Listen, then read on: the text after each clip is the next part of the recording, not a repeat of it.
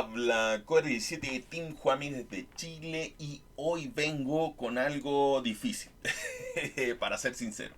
Lo que vamos a ver es específicamente eh, eh, creación de una shell, específicamente de una Vine shell, ¿ya? Para Linux en 32 bits y esto lo vamos a escribir en lenguaje ensamblador.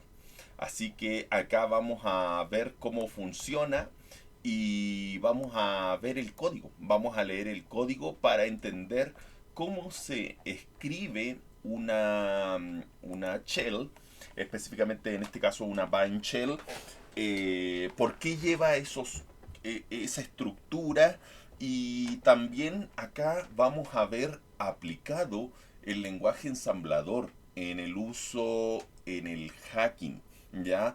Puesto anteriormente habíamos visto cómo hacer un hola perro, ¿ya? Con lenguaje ensamblador. Ahora vamos a ver específicamente cómo crear una herramienta que vendría siendo una shell escrita en lenguaje ensamblador, que posteriormente la vamos a compilar y la vamos a ejecutar. Quiero dejar claro que esta shell también podríamos transformarla en una shell code, ¿ya?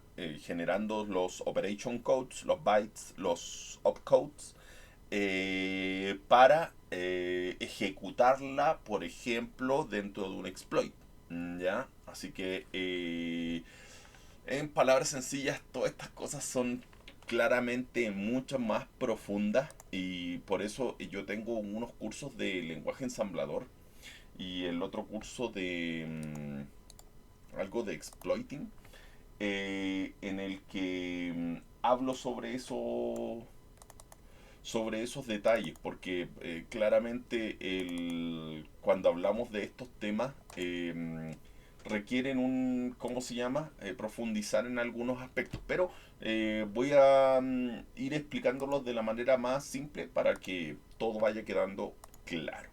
Así que vamos a ir a ello, pero antes comentar que todos los videos de teoría van a quedar acá en el canal de YouTube, todos los videos prácticos en el canal de Odyssey. Si les gusta mi contenido me pueden apoyar con una donación a través de PayPal.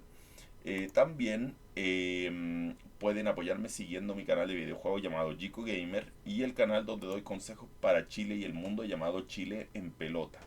También recuerden que tengo a la venta mis cursos en Team Juami Academic, muchos cursos desde nivel básico hasta nivel avanzado y los puedes ver de mejor manera acá ¿cómo se llama? En el Discord. Aquí aparecen mis cursos y lo mejor de todo es que los puedes adquirir como si fuera una suscripción, pagando $1 mensual, $2 mensual, etcétera, etcétera, lo que tú puedas. Así que ya con esta introducción vamos a lo que nos interesa y vamos a la parte complicada. Vamos a lo difícil ahora, ¿ya? Así que vamos a ver lenguaje ensamblador como tal. Cualquier duda que tengan me lo pueden ir escribiendo y ahí va. O también cualquier pregunta que tengan sobre cualquier tema me lo pueden escribir y así vamos conversando. Déjenme cerrar esto para tener mejor recurso. Y vamos por el principio. ¿Ya? Como nosotros previamente ya aprendimos el uso básico del lenguaje ensamblador, ya aprendimos a crear un hola perro, ahora vamos a crear una shell escrita en lenguaje ensamblador. Ahora, esta shell podría ser una reverse shell, que es la más conocida, pero nosotros vamos a crear una bind shell, ¿ya? Que es la menos conocida, pero en realidad es la original, ¿ya? Primero se creó la bind shell y después se creó la reverse shell. Entonces vamos a crear una bind shell, ¿ya? En este caso va a ser una bind shell. Crearemos una shell que específicamente va a ser una bind shell en lenguaje ensamblador y que quede claro, es para Linux y es de 32 bits. Ya, importante eso, la arquitectura, cuando trabajamos con lenguaje ensamblador, la arquitectura, vamos a trabajar en 32 bits, no vamos a trabajar en 64 bits, ¿ya? Aunque muchos de los, ¿cómo se llama? De los ejecutables de 32 bits pueden ser ejecutados también en 64 bits. Ahora vamos a hablar un poquitito en profundidad de qué es ya una bind shell y más o menos qué es lo que implica construirla ya a nivel de lenguaje ensamblador. Una bind shell permite abrir una puerta trasera en la máquina víctima, ya, o sea, tener un puerto a la escucha. En palabras simples, ya, cuando nosotros conocemos la reverse shell, que es la más conocida, ya, ¿y de qué se trata esto? De que se genera una conexión desde la víctima hacia el atacante y de esa manera obtenemos la shell, ya obtenemos la conexión remota. En el caso de la bind shell, no se genera esta conexión desde la víctima al atacante, sino que se abre un puerto a la escucha en la máquina víctima y nosotros después desde el atacante hacemos una conexión hasta la víctima. Entonces la conexión va desde el atacante a la víctima y de esa manera abrimos una conexión, una terminal, ya una conexión remota para ejecutar comandos. Vamos a trabajar en Linux, ya que quede claro eso porque es distinto crear herramientas o malware para Windows que para Linux. Y es distinto también crear para 32 bits que para 64 bits. Aunque en arquitectura sí se parecen, ¿ya? Como hemos hablado previamente, en arquitectura el lenguaje ensamblador se caracteriza por una cosa súper importante que es esto, el tamaño de los registros. La arquitectura de la CPU declara si es de 16 bits, 32 bits, 64 bits. Significa el tamaño de los registros. Si se dan cuenta, cuando hablamos de registros de... ¿Por qué me aparece esto? Ahí sí. Si hablamos de registros de 16 bits, estamos hablando del naranjo, ¿ya? De este de acá. Si hablamos de registros de 32 bits, son los mismos, pero se le agrega una E. Y si hablamos de registros de 64 bits, son los mismos, pero en vez de tener la E, tienen una R, ¿ya? Y en palabras sencillas, estos registros son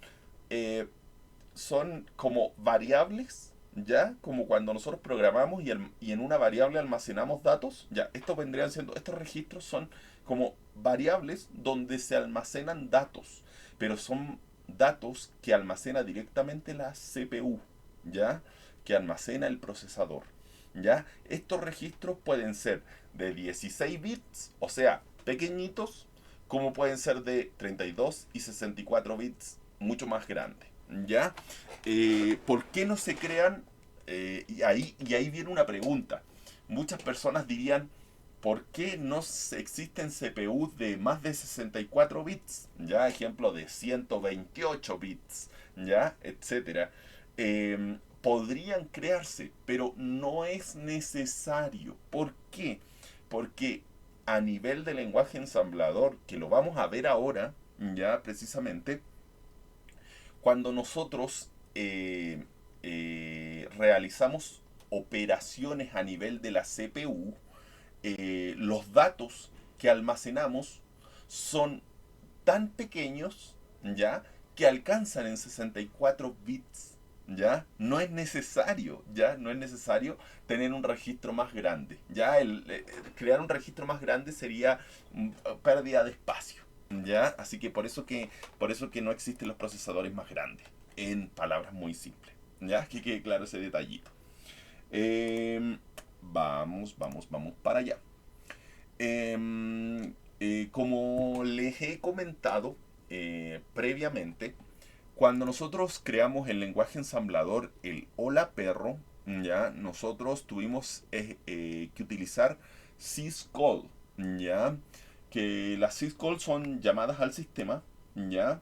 Que son funciones específicas que tiene tu sistema operativo, ¿ya? En este caso se ocupó la número 4 que permitía escribir en pantalla el mensaje hola perro, por eso le poníamos el número 4, o el otro syscall es la número 1 que es para salir, o sea, para salir del programa, ¿ya? Entonces hay una serie de funciones, ¿ya? Que se llaman syscall y cada función tiene, como lo dice su palabra, una función, una funcionalidad.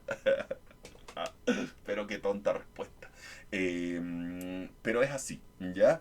Cada syscall sirve para ejecutar alguna acción específica, ¿ya? Esa es la idea. En este caso, nosotros que vamos a crear una bind shell, vamos a ocupar la syscall, ¿ya?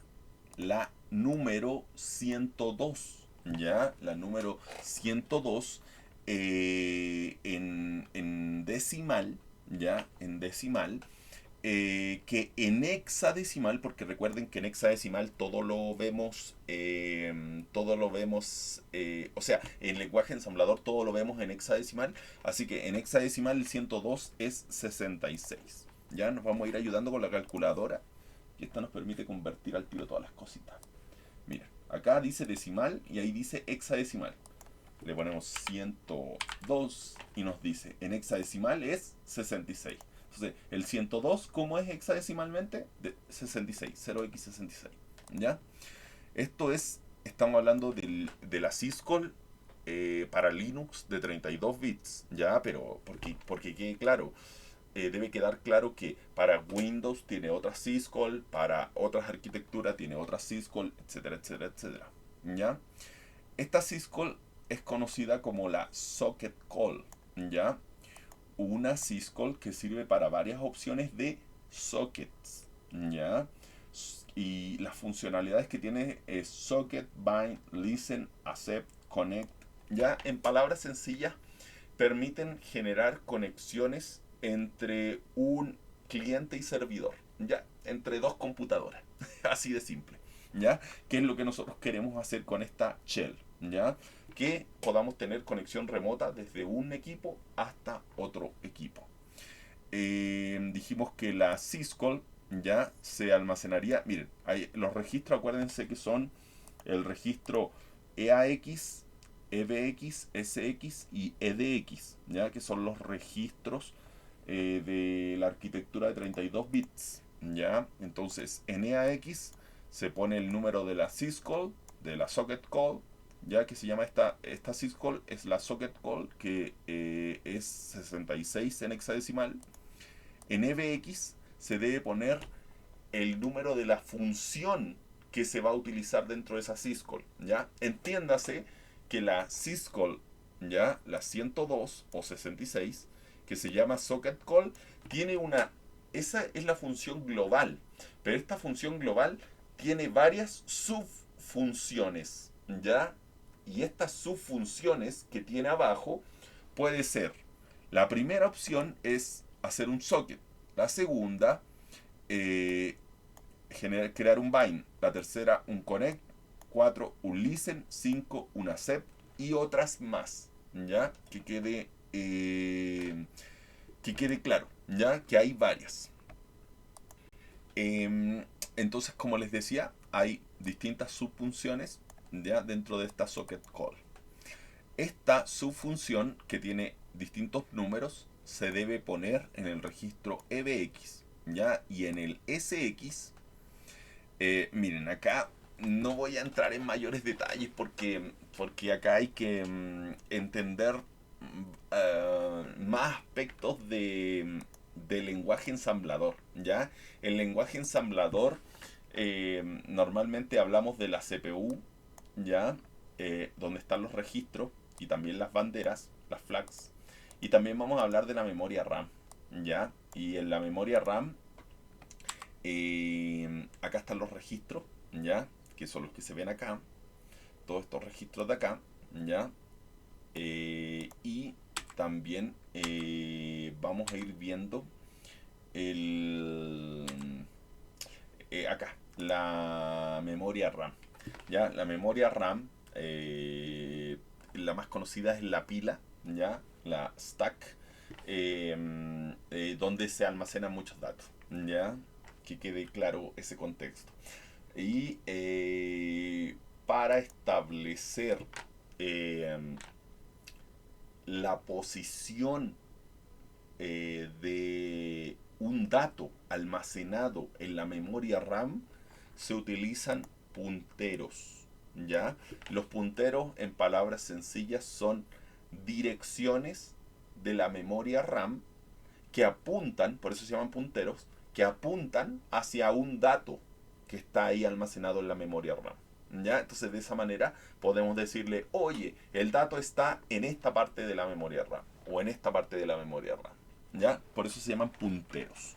¿Ya? Que quede claro. ¿Ya? Y aquí se ocupan, y aquí se establecen una serie de argumentos, ¿ya? O parámetros que va a utilizar esta subfunción, ¿ya? De la syscall. Eh, Dice, para generar una conexión en detalle, se realizan una serie de pasos, ¿ya? Cuando se realiza la conexión de la shell, no es que solamente, ya, ejemplo, se utilice la función del socket y listo, ¿ya? No, no, no, no, no. Que quede claro que no.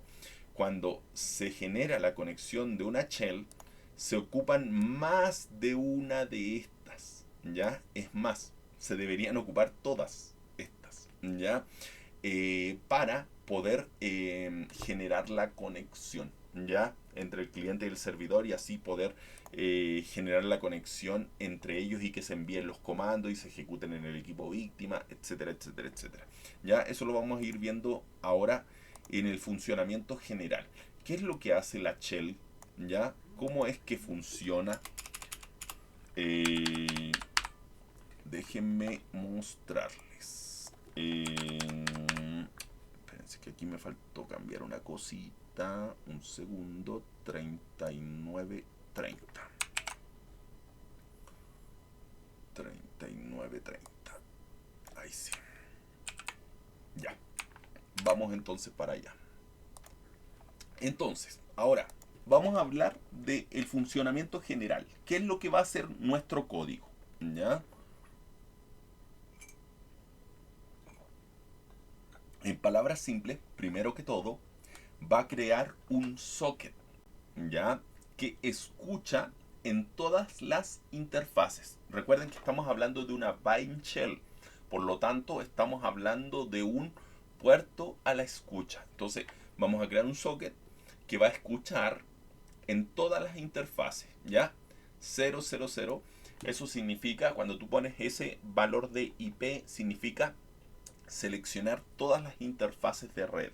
O sea, que si tienes conexión de red, ejemplo, Wi-Fi, otra por cable, otra por Bluetooth, otra por, no sé, por USB, ya varias interfaces de red, por todas las interfaces de red va a estar escuchando ese puerto. Segundo, vamos a asignar el puerto 1, 2, 3, 4, 5, ya ese es el puerto que vamos a asignar a la escucha. Tercero, pone el socket en modo escucha, ¿ya? Lo pone en modo escucha para que espere las conexiones, para que espere la conexión desde el atacante a la víctima. Luego, acepta una conexión entrante cuando alguien se conecta, ¿ya? O sea que está la escucha, pero cuando alguien se conecta tiene que aceptar esa conexión, ¿ya? Tiene que aceptar esa conexión. Y luego cuando acepta la conexión, tiene que... Esta es una parte que me costó a mí entender, porque es compleja a nivel de lenguaje ensamblador, es compleja, ¿ya? Pero en palabras sencillas, lo que quiere decir es lo siguiente. Miren, voy a mostrarles el ejemplo acá para que se den cuenta. Se lo voy a mostrar acá con Windows, pero ya, es lo mismo pero en Linux, ¿ya? Cuando nosotros tenemos ¿cómo se llama? Una terminal, ¿ya? Yo ejecuto un comando who am I? Y la respuesta es esta, ¿ya? Entonces, ¿qué pasa? Este es el comando que es el standard in, ¿ya? El comando que yo ejecuto. Y el standard out es la respuesta. Esta de acá. Acá viene la respuesta, ¿ya? Y el standard error, ese es cuando genera un error. Ejemplo, el comando se ejecutó de mala manera, le puse Huamai 123 y me dice que ahí no se conoce, es porque ahí se respondió con un error, ¿ya? Porque está malo, ¿ya? Entonces, esa es la respuesta de un error, ¿ya? Entonces, una entrada genera una respuesta buena o una respuesta de error, ¿ya? El problema es que cuando yo lo hago acá, en mi terminal, acá de manera local, esto está funcionando súper bien, ¿ya? Pero cuando yo hago una conexión remota, ¿ya? Que es lo que está haciendo la Bind Shell, cuando yo ejecuto el comando, ¿ya? Ejemplo, voy a poner nuevamente, no, hostname. Cuando yo pongo hostname, yo no quiero que se ejecute acá en este equipo. Yo quiero que se ejecute en el equipo remoto y que luego la respuesta que se obtenga en el equipo remoto regrese acá al equipo atacante. Entonces, este necesito que se envíe al equipo víctima.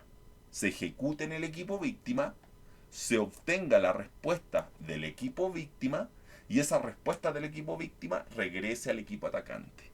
Entonces necesitamos que se haga toda esa redirección. Y por eso es que se redirige ya el standard in, standard out, standard error al socket del cliente. Y eso lo vamos a ver acá, ya lo vamos a ver en el código como el dup2, ya duplicar descriptores, dup2, ya ahí es cuando vamos a redirigir el standard in, standard out y standard error, ya ahí se van a dar cuenta, ya para que ¿cómo se llama? Esa parte me costó bastante entenderla, pero ya haciendo esa analogía pude comprender de manera más fácil cuál era la razón ya de esa parte de la estructura del lenguaje ensamblador. Muchas gracias Team HK por el comentario, lo desconocía por cierto. Finalmente, en la ejecución de la Bind Shell, se ejecuta la terminal, ¿ya? Que es la bin SH, ¿ya? Recuerden que en Linux tenemos terminales como el SH o el batch también, ¿ya? Cualquiera de las dos son terminales de Linux, dando una shell al cliente remoto, finalmente, ¿ya? Características importantes, ¿ya? O detalles importantes a considerar, ¿ya?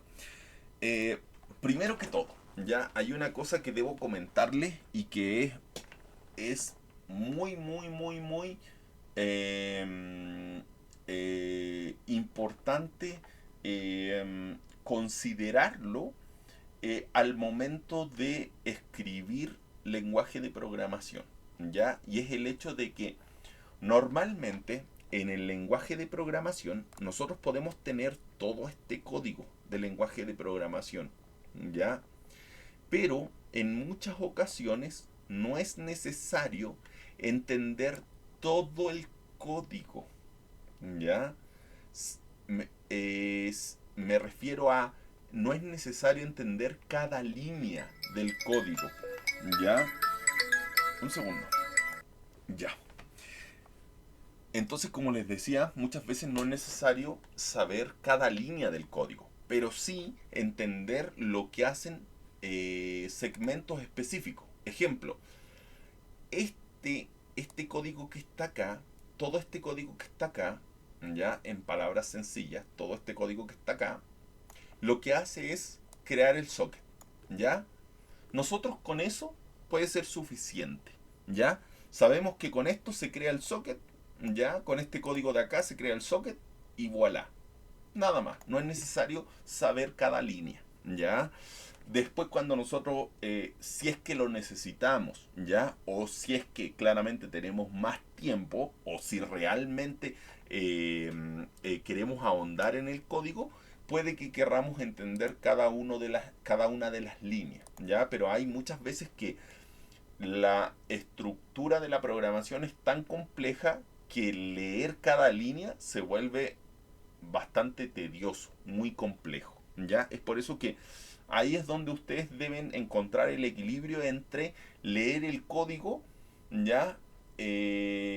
Entendiendo, no es necesario que cada línea, pero por lo menos entendiendo porciones de código para saber qué hacen. Esta porción hace esto, esta porción hace esto otro, así, así, así, ¿ya? Y ahí vamos a ir viendo. En este caso acá yo detallé cada línea, pero se van a dar cuenta que ¿cómo se llama? Que es necesario entender un global y con eso es suficiente, ¿ya? Características importantes que vamos a ver acá en el código. Yo escogí el puerto 1, 2, 3, 4, 5, pero ustedes podrían escoger cualquier número, ¿ya? Eh, este puerto 1, 2, 3, 4, 5, ¿ya? A nivel eh, a nivel 1, 2, 3, 4, 5, a nivel hexadecimal es el 3039, ¿ya? Es el 3039. O sea que en hexadecimal, ¿ya? En hexadecimal, esto es en decimal, igual en hexadecimal es el 3039, ¿ya? 3039 es en hexadecimal. Y ahora, ustedes lo van a ver en, ¿cómo se llama? En el lenguaje ensamblador escrito así, al revés. En vez de 3039, lo vamos a ver escrito así. 39 y luego 30. ¿Y eso por qué? Eso se debe a que cuando nosotros hablamos de lenguaje ensamblador, ¿ya? Y de memoria, hay una cosa que hay que entender y es que los procesadores pueden ser de dos tipos, ¿ya? Los Little Endian o los Big Endian, ¿ya? Los procesadores Little Endian son los más conocidos. Eh, Intel, AMD son Little Endian. ¿Qué significa esto? Que leen al revés. Por eso que los números tenemos que escribírselos al revés, ¿ya? Y siempre, no es que se escriba 9303. No, no, no, no. Se escriben de byte en byte. Y un byte es esto, dos cifras. Entonces por eso se pone el 39 primero y luego el segundo byte, que es el 30. ¿Ven? Se ponen de dos en dos al revés, ¿ya? Eso es cuando es Little Endian, porque son procesadores Intel o procesadores AMD, ¿ya? ¿Y cuáles son los procesadores Big Endian? Los procesadores Big Endian que leen como nosotros, de izquierda a derecha, son los procesadores de Mac, ¿ya? Las MacBook, ¿ya?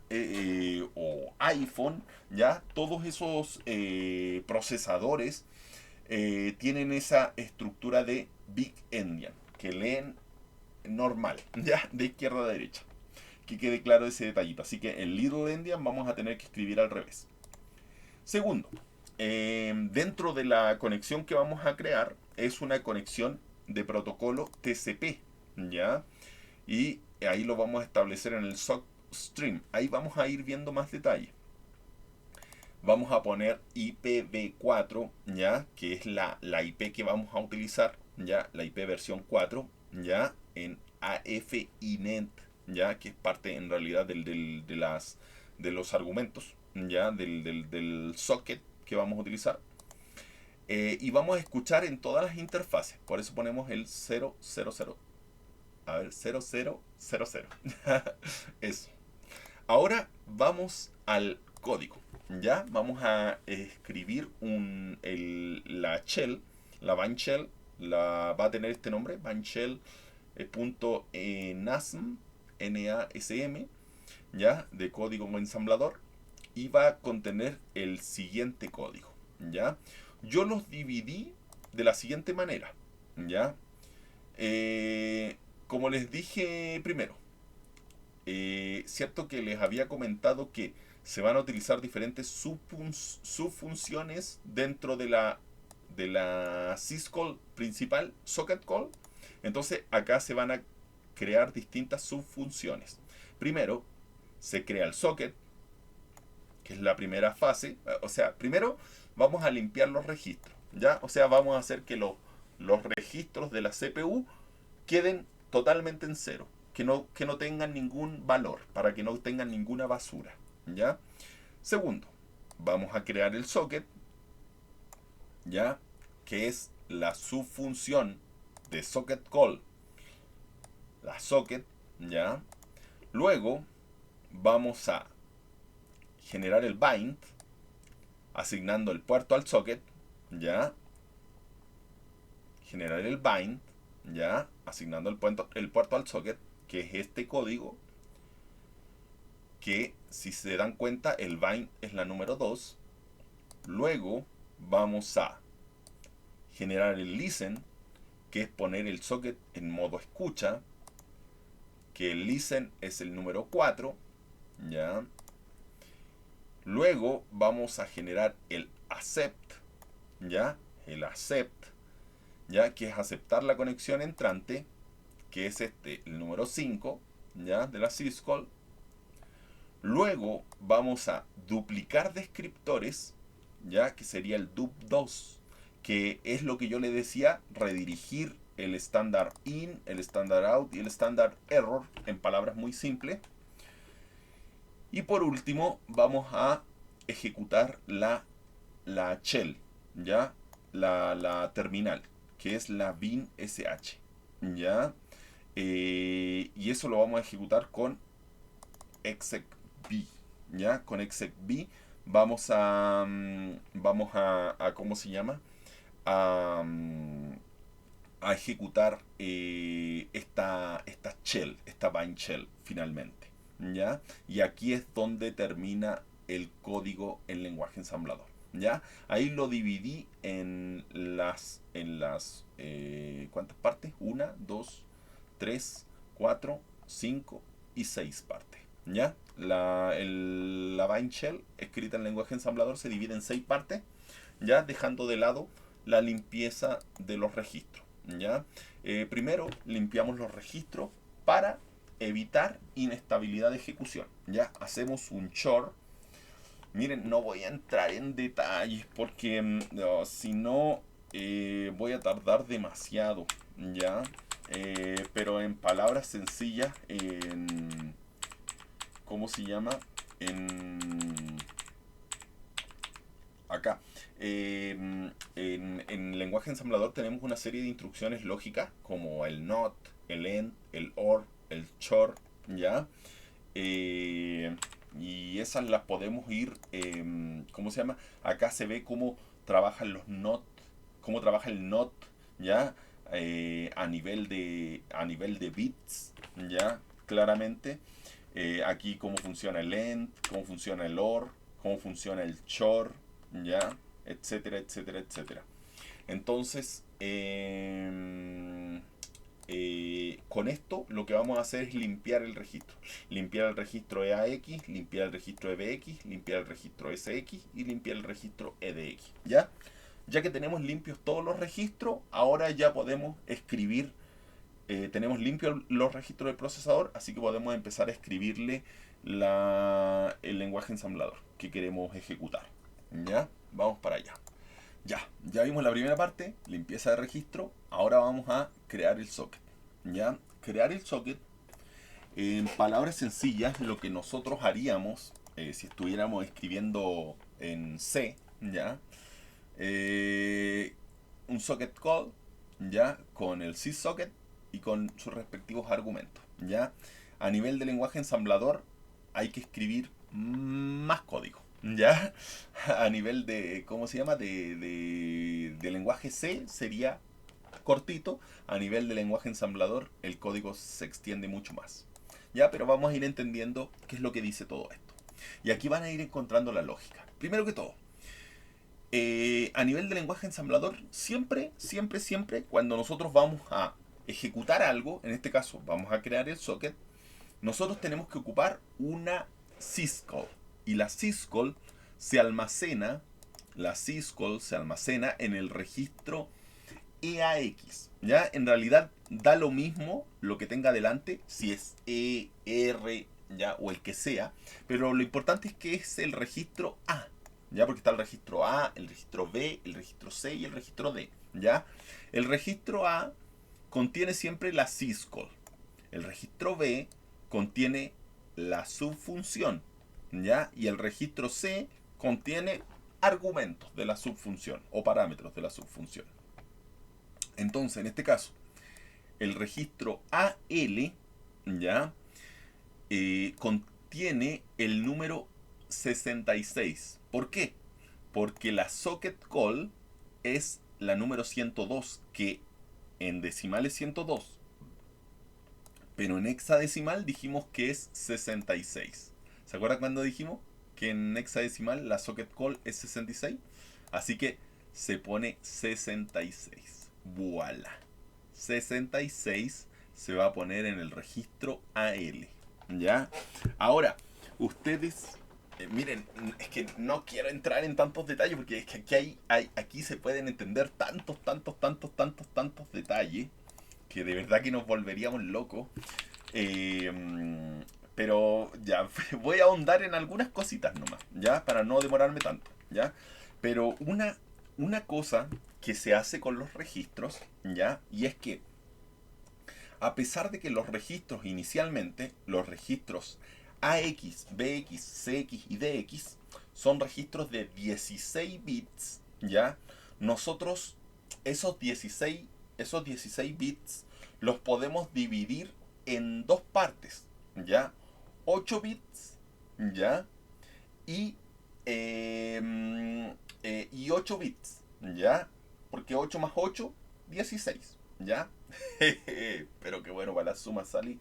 Entonces, eh, a estos 8 de adelante se les denomina la parte alta, ¿ya?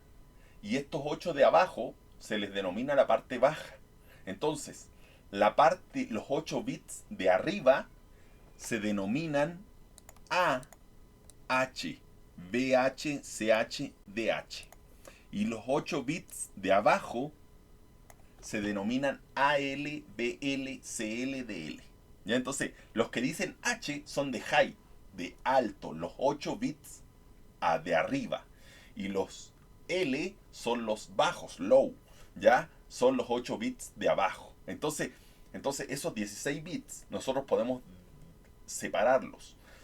Entonces, si tenemos un registro EAX que es de 32 bits, si nosotros queremos de esos 32 seleccionar solamente 16, le ponemos AX. Serían 16 bits, ¿ya? No 32 con el E. Si queremos seleccionar 8, podemos seleccionar los 8 altos AH o los 8 bajos AL, ¿ya? Y de esa manera podemos ir especificando cuántos bits necesitamos. Y ahora, y ustedes se preguntarán, ¿por qué se hace esto? ¿Ya?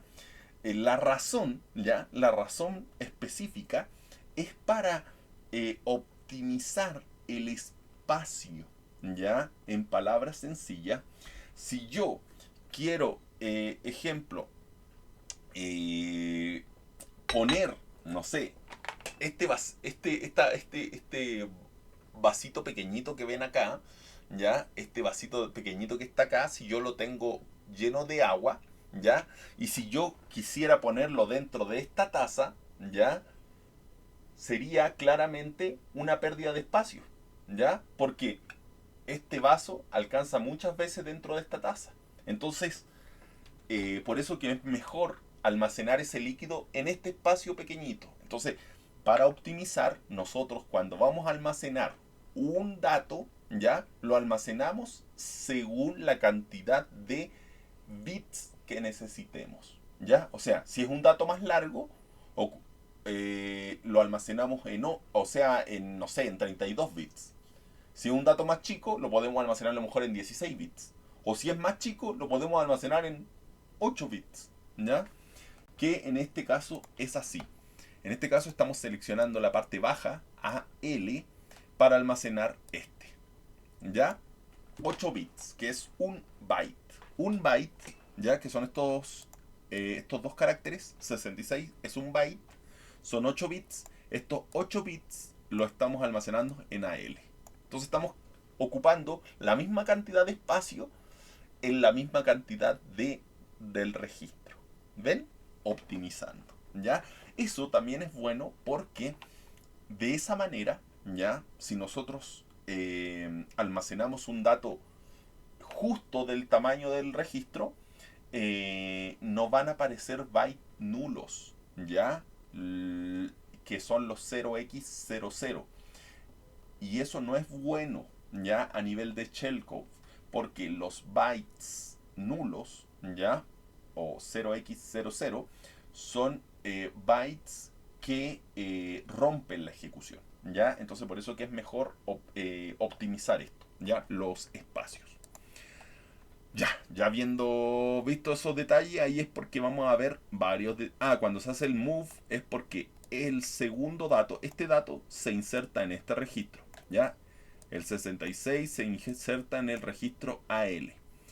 En el BL se inserta el 0x1, ¿ya? ¿Por qué el 1?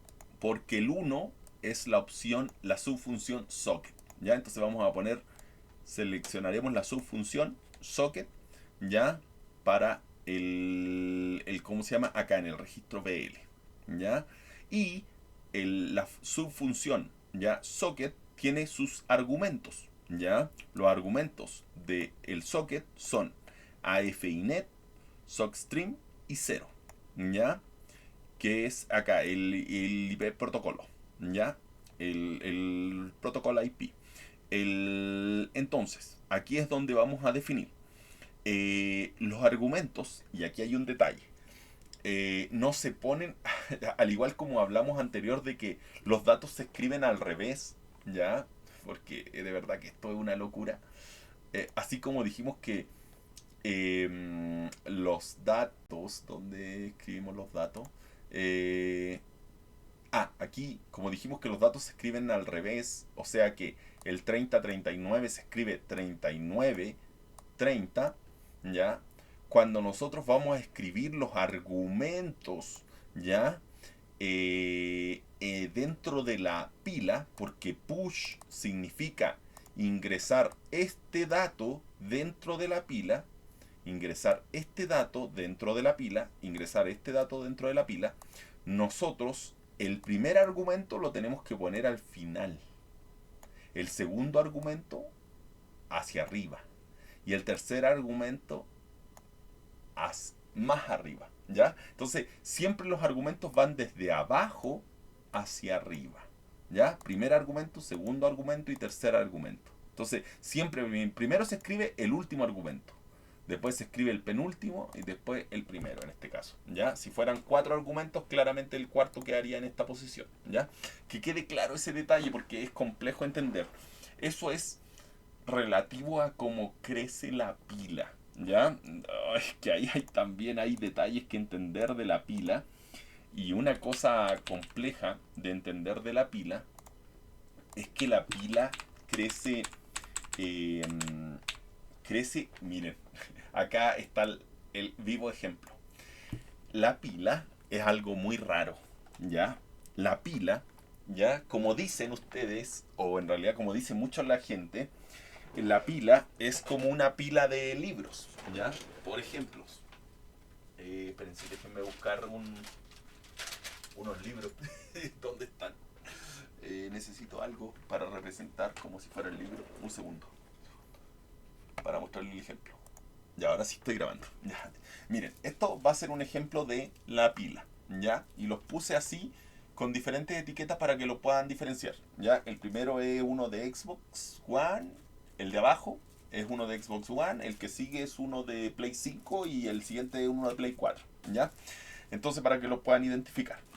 El punto es que lo que nosotros creeríamos es que la pila crecería así. Ejemplo, este es el primer dato de la pila, este es el segundo dato de la pila, ¿ya? Y este es el tercer dato de la pila, ¿ya? Así es lo más lógico que nosotros pensaríamos, ¿ya? Que crecen de abajo hacia arriba. Pero esto es una mentira, ¿ya? No crecen hacia arriba. ¿Cómo crecen? Crecen así, hacia abajo. Entonces, el primer dato se pone así. El segundo dato se pone ahí. Ah, que se me va. Segundo dato va ahí. Y el tercer dato va ahí. La pila, por eso que tiene una flecha hacia abajo. Porque la pila está al revés y siempre crece hacia abajo. ¿Ya? Esa es una curiosidad muy rara. ¿Ya? Sí, de verdad que es muy rara. No puedo creer por qué lo hacen así. Pero de verdad que todo eso complica más, imagínate. Entonces, si vas a escribir los bytes, tienes que escribirlos al revés. Ya, ok. Pero también, si vas a guardar datos en la pila, también tienes que guardarlos al revés. Ya, ok. Ya. Entonces, son tantos, pero tantos detalles, ¿ya? Que eso abruma. Yo no puedo creer cómo una persona puede escribir lenguaje ensamblador eh, considerando tal complejidad, ¿ya? O sea, mejor dicho, más que complejidad, es algo antinatural, ¿ya? Es algo antinatural para nosotros. Un ejemplo muy simple es contar así: 0, 1, 2, 3, 4. Es antinatural para nosotros los seres humanos. Nosotros siempre contamos 1, 2, 3, 4, 5. ¿Ya? Pero no contamos desde el cero. Entonces, por eso que acá en lenguaje ensamblador, cuando lo estudien, ¿ya? En palabras sencillas, a medida que vayan aplicándolo, a medida que vayan ejecutándolo, van a ir tomando esa lógica de la estructura del lenguaje ensamblador, ¿ya? Que es muy particular, que es fuera de lo normal para nosotros los seres humanos, ¿ya? Pequeño gran detalle. Vamos para allá. Entonces es por eso que acá los argumentos se tienen que escribir desde abajo hacia arriba. El primer argumento es el AF-INET, ¿ya? Que le ponemos el número 2. El segundo es el SOCStream, que le ponemos el valor 1. Y el tercer argumento, ya que le ponemos el 0, es acá, ¿ya? El protocolo IP, ¿ya? Que es el SX, ¿ya? En este caso, estamos poniéndole el SX, ¿ya? Y nosotros en realidad deberíamos ponerle 0, pero para nosotros no poner 0x0, ¿ya? Nosotros le indicamos quiero poner el SX. Y como el SX lo limpiamos, cuando un registro lo limpiamos, queda en 0. Entonces, ¿qué es lo que estamos diciéndole acá? Pónele 0. ¿Ya? Entonces, muchas veces cuando leemos el lenguaje ensamblador, cuando vemos un registro, tenemos que seguir hacia atrás donde aparece ese registro hasta encontrarlo y ahí ver qué valor tenía. Entonces ahí es cuando nosotros decimos, ah, ya, ¿qué valor entonces tiene acá? El valor que tenía anteriormente. Anteriormente tiene un 0, entonces acá tiene un 0. ¿Qué valor se está ingresando? 0. ¿Ya? Entonces es importante siempre que no entiendas un valor del lenguaje ensamblador, tú lo buscas hacia arriba y ves cuál valor tenía anteriormente. Ese es el valor que tiene hacia abajo. ¿Ya? Siempre se lee hacia abajo. Luego, ya acá, el SX, miren, acá en el move significa que estamos escribiendo el ESP, ¿ya? El ESP es la cima de la pila. No voy a no voy a entrar en detalles, pero en palabras sencillas, en la pila está la parte más baja de la pila y la parte más alta de la pila. La parte más baja de la pila son los datos más antiguos y la parte más alta de la pila o la cima de la pila es los últimos datos que se almacenaron en la pila. Entonces, cuando hablamos de la cima de la pila, los últimos datos es ESP, ¿ya? Cuando hablamos de la base de la pila, ¿ya? Los datos más antiguos es EDP, ¿ya? Así que eso hay que considerar. Entonces, en este caso estamos guardando la cima de la pila en el registro SX. ¿Y qué significa esto? Estamos guardando un puntero.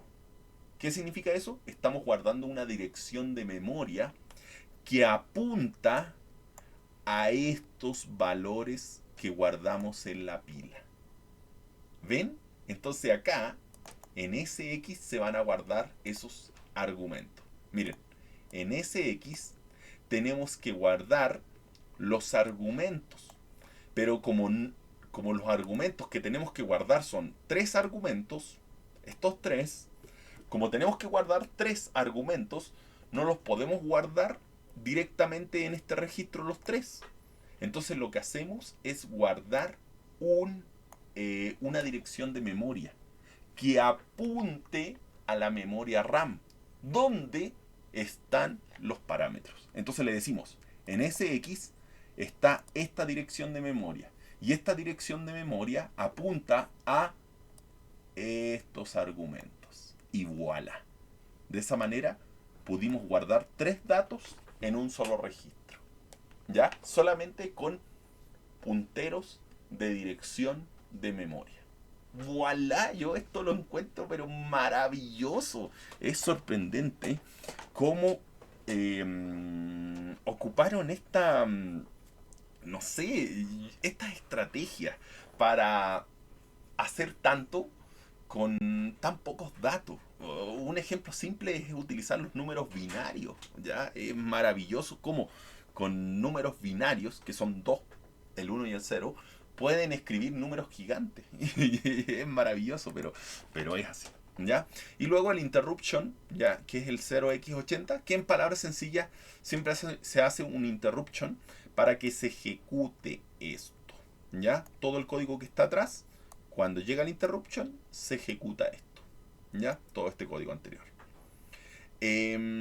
Luego, guardamos el file descriptor del socket en ESI. ¿Ya? Este es otro registro. ¿Ya? Entonces, el valor del EAX, ¿ya? Lo vamos a guardar en el registro ESI, ¿ya? ESI, ¿ya? Que es el file descriptor del socket. En palabras simples, es el indicador del proceso del socket. ¿Por qué? ¿Ya? En palabras muy simples. Dijimos que para nosotros crear la Vine Shell necesitamos ejecutar una serie de funciones. O sea que la Vine Shell no se ejecuta en una sola función, sino se ejecuta en una rama de funciones, en varias subfunciones. Entonces, tenemos que saber cuál es la rama principal de esta ejecución. Y ese es el socket. Entonces, la rama principal es el socket, ¿ya? Que está acá. Y de acá derivan varias subfunciones. Todas estas de acá. Entonces, por eso que nosotros guardamos ¿cómo se llama? El indicador del proceso del socket, ¿ya? Que este es el file descriptor del socket, para después utilizarlo. Entonces, cuando nosotros generemos el bind, le decimos, oye, el bind es de, vincúlalo con este socket. Luego le decimos, crea un listen y vincúlalo con este socket. Luego, crea una SEP y vincúlalo con este socket. ¿Ven? Entonces, ahí de esa manera nosotros, como ya tenemos en palabras sencillas un indicador de ese proceso del socket, podemos vincularlo fácilmente. ¿Ya? Esa es la idea, ¿ya? Del file descriptor. Ahora vamos al bind. Pero saben que ya llevamos harto rato.